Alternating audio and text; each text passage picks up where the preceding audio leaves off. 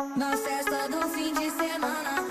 वेळेमध्ये मोठं कशी तोडायची, पहिलं वायडिंगला ठोकून घ्यायचं, नंतर वायडिंग सरळ करून घ्यायची, नंतर छेद लगेच वायडिंगला ठोकायला लागायचं. वायडिंगला ठोकायला लागली काढून ते तुटत राहील आणि तुटल्यानंतर आपण ते पकडून व्यवस्थित काढून घ्यायचं.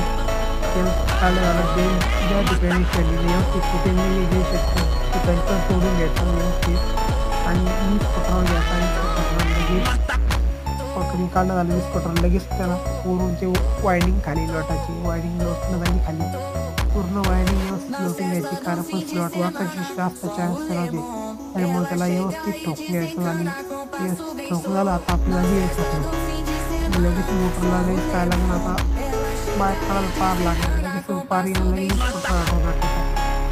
लगेच आडो टाकून लगेच ठोकायला लागलं. लगेच ठोकून आपल्याला ते गोल बाहेर काढले पण आपला